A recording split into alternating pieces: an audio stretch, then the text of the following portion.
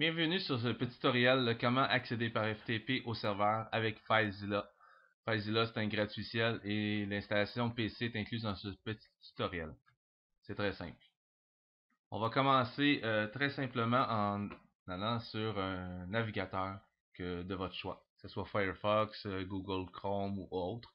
Vous pouvez accéder à l'adresse filezilla-project.org, filezilla-project.org. Vous allez tomber sur cette fenêtre-là. C'est sûr que dans le temps, la fenêtre va changer, les dates vont changer, les versions vont changer, mais la présentation a toujours été la même depuis longtemps. Donc, je ne crois pas que ça va changer bientôt.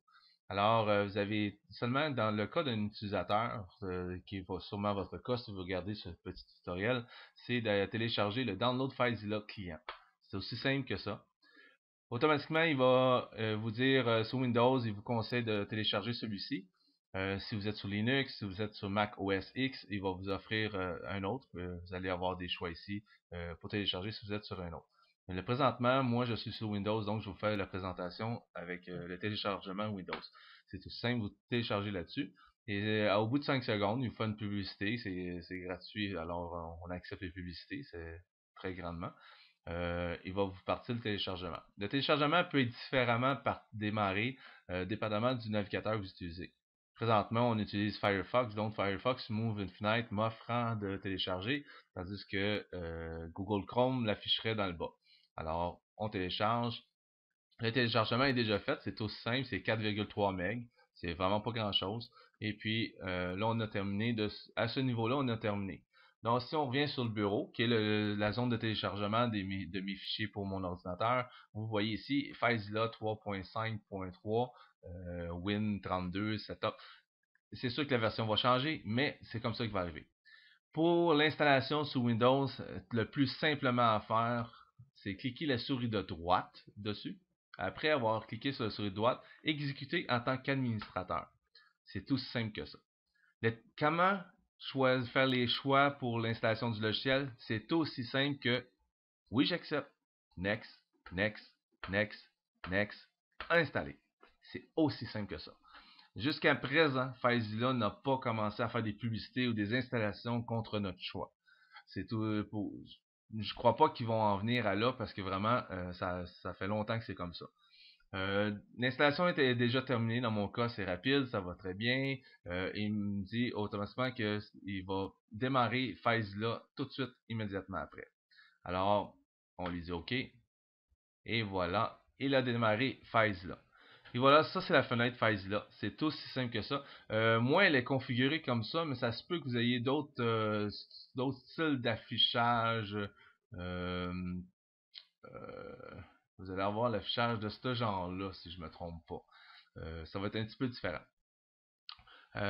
C'est bien simple à comprendre que le côté gauche, c'est le dossier de votre ordinateur. C'est votre ordinateur qui est à gauche et c'est le serveur qui est à droite. C'est aussi simple que ça. Site distant et site local. Local, c'est votre machine.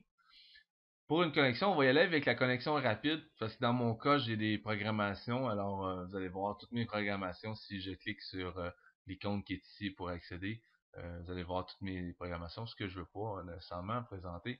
Alors, on va y aller avec une connexion rapide. Ici, vous avez à saisir l'adresse du serveur. L'adresse du serveur, et il y a 3 informations qui doivent vous être transmises pour pouvoir accéder à un site FTP.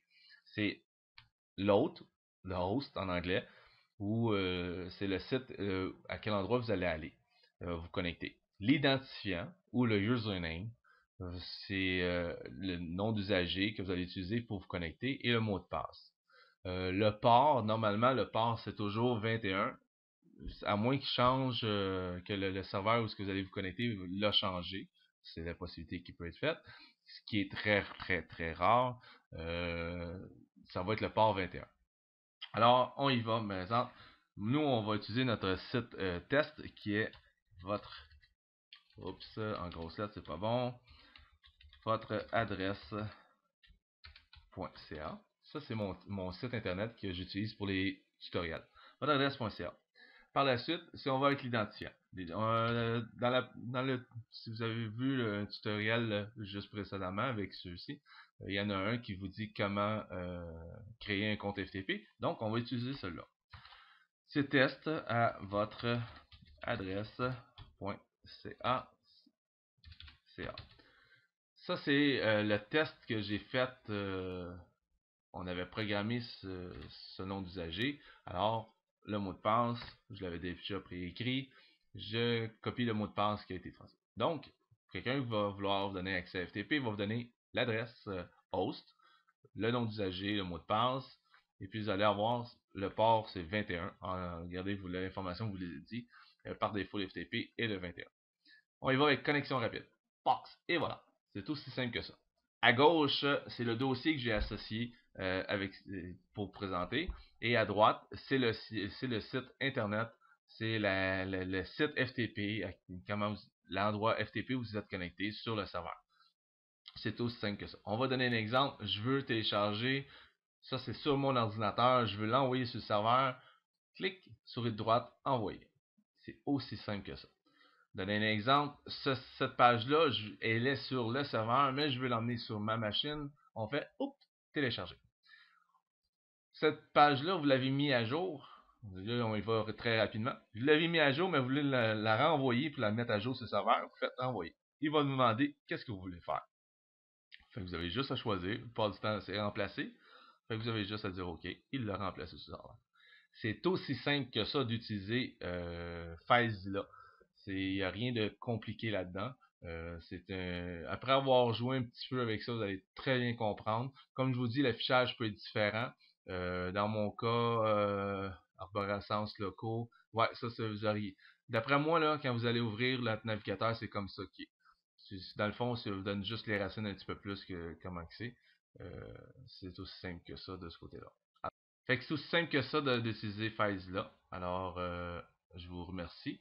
Si vous avez besoin d'hébergement Internet pour les serveurs à Montréal, Québec, Canada, n'hésitez pas à contacter forfaitweb.com. Nous sommes à votre service.